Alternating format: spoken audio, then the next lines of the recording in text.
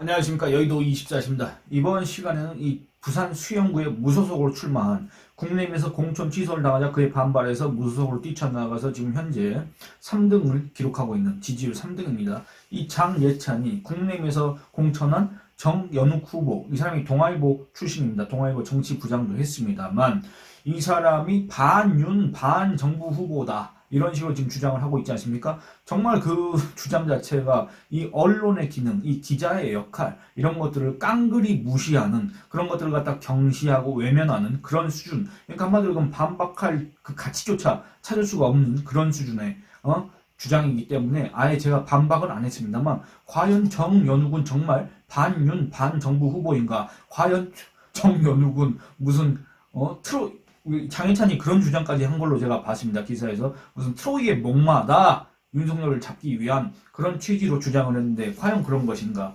여러분들 정말 안타깝습니다. 장예찬에 대해서 별로 할 얘기는 없습니다만 이런 수준의 인식 있지 않습니까? 정말 안타깝습니다. 진짜.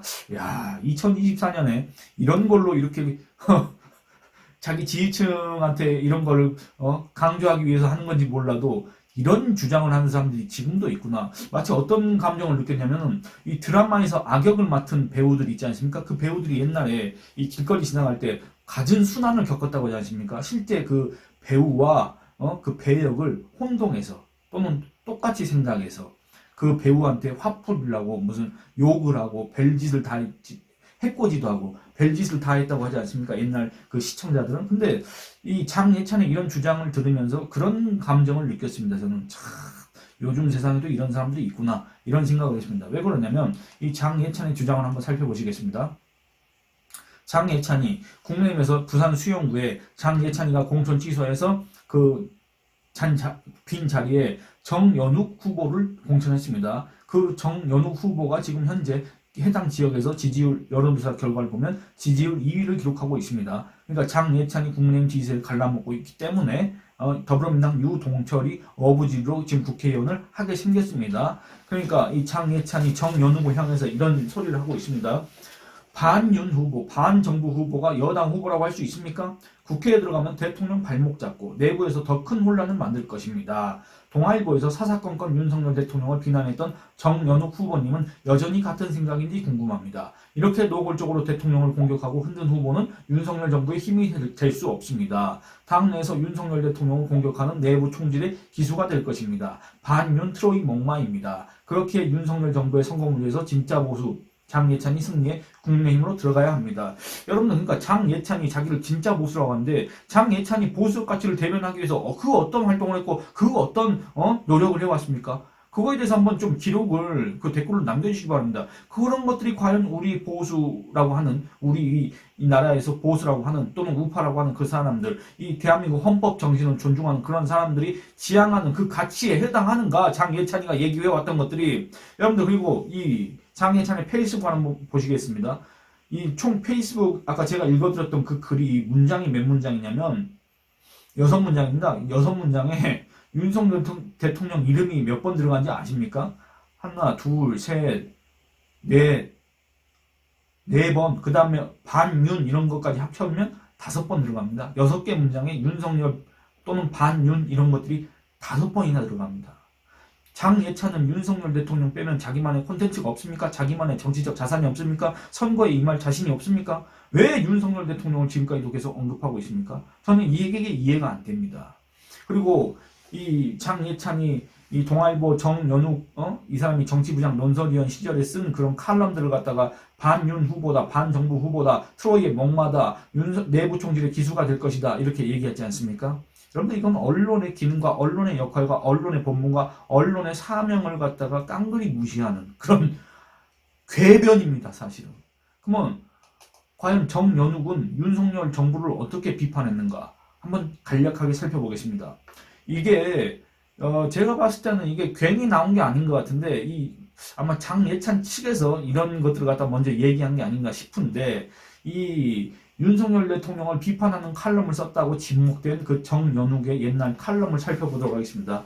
2022년 7월 16일 오늘과 내일 정연욱 대통령이 먼저 바뀌어야 한다, 이런 제목의 칼럼입니다. 정치권에서 겉과 속이 다른 대표적인 발언을 꼽으라면 지지율에 신경 쓰지 않는다일 것이다. 지지율은 변덕스럽지만 민심의 단면임을 부인할 수 없어서다. 안정적인 대통령 지지율은 든든한 국정 동력이다. 지지율에 일희일비하지 않는다는 문재인 정권의 고위 인사도 임기 말 역점 과제는 지지율 관리와 코로나19 방역이었다고 토로했다. 윤석열 정부의 국정 지지율이 30%대로 굳어지고 있다. 취임한 지 2달 만이라는 시점도 그렇지만 부정평가는 60%에 육박하는 상황이다. 0.73%포인트 차라는 대선 표심이 무색할 정도로 지지율 간극은 크게 벌어졌다. 중도층만 아니라 국민의힘 지지자들마저도 대거 이탈했다는 방증이다. 이런 급락세가 심상치 않은 이유다. 지난 2달간 이명박 정부 초반 지지율을 무너뜨린 광우병 사태 같은 돌발 변수도 없었다. 대선과 지방선거 연패의 늪에 빠진 야당도 무기력했다. 오롯이 윤 대통령의 시간이었다. 대통령 정치는 과정의 예술이다. 국민들은 현안이나 이슈에 대처하는 대통령의 태도나 자세를 먼저 지켜본다. 태도가 오만하거나 독선적으로 비칠 경우 반감을 살 수밖에 없다. 하지만 윤 대통령은 메시지가 아니라 감정을 드러냈다. 인사부실을 지적하는 기자들을 향해 전 정권에서 지명된 장관 중 이렇게 훌륭한 사람 봤나? 우리 정부에서 빈틈없이 사람을 발탁했다고 했다. 정제되지 않은 화법으로 논란의 불씨를 키웠다. 각종 여론조사에서 윤 대통령에 대한 부정평가 항목 1위는 인사였다. 하지만 인사 문제에 대처하는 윤 대통령의 태도도 한몫하지 않았을까 싶다. 이렇게 얘기합니다. 윤 대통령은 상징과 같은 확고한 지역 기반도 없고 박근혜 문재인처럼 묻지마 지지 세력은 더더욱 없다. 그런데도 윤 대통령이 승리한 배경에 문 정권의 검찰 장악에 맞선 윤석열 개인의 스토리가 있었을 것이다. 하지만 압도적인 정권 심판 여론이 없었다면 윤석열 스토리가 빛을 발할 수 있었을까? 대선이 끝나면서 보호막이 거치고 윤석열 정치가 전면에 부상했다. 윤석열 정치의 핵심은 누가 윤석열 정부를 이끌어 가느냐다. 대통령실의 총무 인사 사정 등 핵심 포스트는 검찰과 관료 출신으로 채워졌다. 그 중에서도 오랜 세월 검찰 내에서 인연을 맺은 인맥들이 열쇠를 쥔 모양새다. 검찰과 관료적인 문화는 철저한 상명하복이다. 정치권처럼 도발적인 문제 제기보다는 상부의 지시나 의중에만 맞춰가는 업무가 체질화되어 있다. 대통령의 장악력이 강할수록 윗선만 바라보는 풍토가 만연해지는 이유다. 여러분들, 그러니까 지금 현재 윤석열 대통령에 대해서 실망했다. 윤석열 대통령 그 주변에 있는 참모들, 특히 그 공무원, 관료 출신들 있지 않습니까? 이 검찰 출신들. 뭐 어떤 문제가 생겨도, 그 법적으로 문제 없다. 그 관료 출신들은 그냥 지시만 내내 하고 따르는 그런 사람들. 어떤 대통령한테 정무적인 조언, 이런 것들을 할 수 없는 그런 사람들만 지금 대통령 옆에 있다는 그런 의견들이 계속 나오고 있었지 않습니까? 지금까지도. 근데 그 얘기를 2022년에 한 겁니다. 그때도 그 상황이었기 때문에 여러분들 윤석열 대통령, 윤석열 정부의 성공을 위해서 또 이 기자가 직접적으로 그렇게 성공을 위해서 이런 조언을 할 수는 없지만 어쨌든 그 어떤 정부든지 간에 이렇게 해야 잘 된다는 조언을 하는 거, 그게 바로 또 언론의 본분입니다. 그게 바로 기자의 사명이라고 할 수가 있겠습니다. 왜냐? 이 공적 이익을 위해서 기자가 관찰자의 눈으로서 이런 것들을 지적할 수 있지 않습니까? 그런 것들을 하는 걸 갖다가 반윤이요, 무슨 반정부까지 얘기합니다. 여러분들 반정부라는 표현을 그렇게 함부로 쓰는 게 아닙니다. 근데 장예찬은 아주 스스럼 없이 이런 걸 쓰고 있습니다. 여기서도 우리는 장예찬의 그 수준을 확인할 수가 있습니다. 계속 칼럼 읽어보겠습니다. 정치의 본령은 민심과 호흡하는 것이다. 민심의 요구에 귀 기울이고 어긋났다면 바로잡고 개선해야 하는 것이다. 대통령이 아무리 좋은 메시지를 낸다고 해도 결국 국민들이 이를 어떻게 받아들이냐가 관건 아닌가. 정치 영역은 여기가 중요한 부분입니다. 정치 영역은 진위를 가리고 법적 시비를 따지는 검찰 사무와 180도 결이 다르다. 여러분들, 제가 최근까지도 영상에서 얘기했던 게 이 법적 문제 없다, 법적 절차상 아무런 하자가 없다, 이런 식으로 국민들을 설득하려고 했던 그 대통령실 참모들의 그런 어리숙함, 미숙함, 이런 것들을 제가 지적했지 않습니까? 그거하고 똑같은 내용입니다. 일맥상통입니다. 그렇지 않습니까? 정권 초반의 경고음은 분명 위기이지만 기회가 될 수도 있다. 취임 초반에 20%대 지지율을 추락했던 이명박 정부는 중도 실용 노선으로 방향 전환하면서 지지율 회복에 성공했다. 대전환의 물꼬는 MB가 텄다. 저는 이 MB의 사례를 반면교사로 삼아라, 이거는 제가 동의할 수가 없습니다. 먼저 자신의 과오를 인정하면서 참모들을 독려했다. 윤 대통령도 지난 2달간을 냉정하게 진단해야 한다. 이를 위해 남 탓보다 내 탓이라는 자세가 필요하다. 그래야 새로운 반전을 모색할 수 있을 것이다. 다음 달이면 벌써 취임 100일이다. 여러분들, 취임 초반에 벌써 지지율이 급락하는 그 윤석열 대통령, 윤석열 정부를 향해서 이렇게 해야 한다는 이런 조언 내지는 비판, 이걸 한 게 반윤, 반정부입니까? 그런 식으로 한다면 여러분들이 지금 영상을 보시는 저 있지 않습니까? 저도 반윤, 반정부입니다. 원래 기자들은 다 그렇습니다. 기자들은 그 어떤 정부든지 간에 이 국민의 세금을 갖고 국민의 대신해서 이 세금을 집행하는 그런 행정부를 갖다가 비판해야 합니다.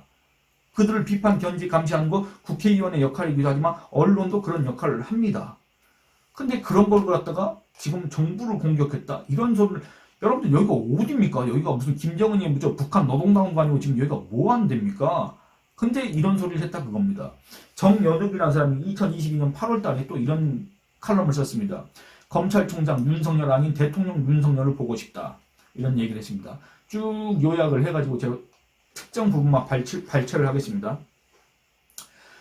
대통령 정치의 핵심은 인사다. 공직사회 인사는 대통령 고유의 권한이고 그 인사를 통해 정권의 색깔, 메시지를 발산한다. 관건은 해당 분야의 인류 전문가를 제대로 발탁했는지, 능력과 업무 역량에 맞게 적재적소에 배치했는지다. 그러나 윤 대통령의 인사 성적표는 최하위다. 왜 최하위냐? 물론 대통령과 이런저런 인연을 맺은 인사들이 대통령실에 기용되는 것 자체를 무조건 문제 삼을 수는 없다. 보수 진보를 떠나 역대 정권 청와대에선 그런 인사가 이뤄져서다. 윤 대통령도 답답해할 수 있는 대목일 게다. 하지만 누구든 공감할 수 있는 선이 있어야 한다. 지금 대통령실에 대거 배치된 검찰 출신들은 탁월한 능력보다는 인연의 끈에 더 부각되고 있다. 김건희 여사와 인연을 맺은 인사들을 둘러싼 잡음도 끊이지 않고 있다. 만에 하나 역량 검증이 안 된 인사라면 과감히 걸러내야 한다. 적어도 국정의 컨트롤 타워인 대통령실은 그래야 한다. 과거 권위주의 정권에서 당대 최고의 경제 전문가는 물론이고 정권의 비판적인 언론인들까지 삼고초려해서 그들의 의견을 경청했다. 비판과 견제가 없는 순혈주의 폐해를 막기 위해서였다. 자신감이 지나치면 오만으로 비칠 수 있다. 윤 대통령은 상명하복 문화에 익숙한 검찰 총수 시절은 잊어야 한다. 이렇게 얘기를 했습니다. 대선 캠페인과 국정 운영은 본질적으로 다른 영역이다. 정치권에서 숙련된 사람도 변신이 어려운데 정치 천연병인 윤 대통령으로서는 더욱 쉽지 않을 것이다. 개인의 성정이 한순간에 바꿀 수는 없지 않겠나. 그러나 피할 수 없는 일이라면 과감히 받아들여야 한다. 여권 주변에서 대통령이 여전히 검찰총장 스타일에서 못 벗어난 것 같다는 얘기가 계속 나와서는 안 된다. 이제 윤 대통령의 여름 휴가도 끝났다. 이렇습니다. 여러분들 이게 윤석열 대통령을 공격한 겁니까? 윤석열 정부가 망하라고 지금 얘기한 겁니까? 정말 여러분들 한번 생각해 보시기 바랍니다. 그리고 하나만 더 읽어보도록 하겠습니다. 제가 입이 말라가지고 잠시만 물 좀 마시겠습니다. 2022년 10월 달에 또 썼습니다. 윤석열 당은 모두 친윤이라는 허상, 이렇게 얘기했습니다. 이 칼럼 같은 경우에는 제가 결론만 읽어보도록 하겠습니다. 집권 여당은 흔히 대통령이라고 부른다. 대통령 중심제에서 대통령과 여당이 한몸처럼 움직여야 국정 성과를 낼 수 있다는 취지일 것이다. 하지만 대통령이 일방적으로 지시하고 여당은 이를 무조건 따라야만 한다는 생각은 시대착오적이다. 윤석열 당에선 모두가 친윤이라는 주장은 대통령 리더십을 무조건 옹호해야 한다는 주문이 아니다. 여당도 포용하지 못하는 대통령이 야당과 협치 운운할 수는 없을 것이다. 여당도 다양한 경로로 제 목소리를 낼 수 있어야 한다. 이용호 40%가 여권에 던진 메시지를 잘 읽어야 한다. 이렇습니다. 이용호 40%라는 거는 당시에 이제 대통령실에서 국민의힘의 원내대표로 주호용을 추대해야 된다. 이제 이런 의견이 나왔는데 그걸 갖다가 친윤이라고 했던 권성동이 그걸 주도를 했는데 거기에 대한 찬성 비율이라고 해야 될까? 그게 60%밖에 되지 않았다. 득표율이 60%에 불과했다. 단 그때 당시에 경쟁자로 나섰던 이용호, 이 사람은 민주당 계열에 있다가 무소속으로 있다가 윤석열 대통령 지지를 하면서 국민의힘으로 넘어온 사람입니다. 이 사람이 40%를 득표했다. 그렇기 때문에 윤석열 대통령 같은 경우는 이 이용호 40% 이 득표율을 갖다가 명심하고 이걸 계기로 이 여당의 역할 이런 것들을 갖다가 대통령이 일방적으로 지시하고 뭐 여당은 무조건 따라야 된다 이런 생각에서 벗어나야 된다 이런 주문 이런 조언을 했습니다. 여러분들 이게 윤석열 정부를 공격한 거고 윤석열 정부가 정권이 망하라고 주문한 겁니까? 이게 뭐 트로이 목마입니까? 여러분들 한번 생각을 해보시기 바랍니다. 이런 칼럼이 과연 윤석열 대통령을 공격하고 윤석열 정부를 공격한 것인가?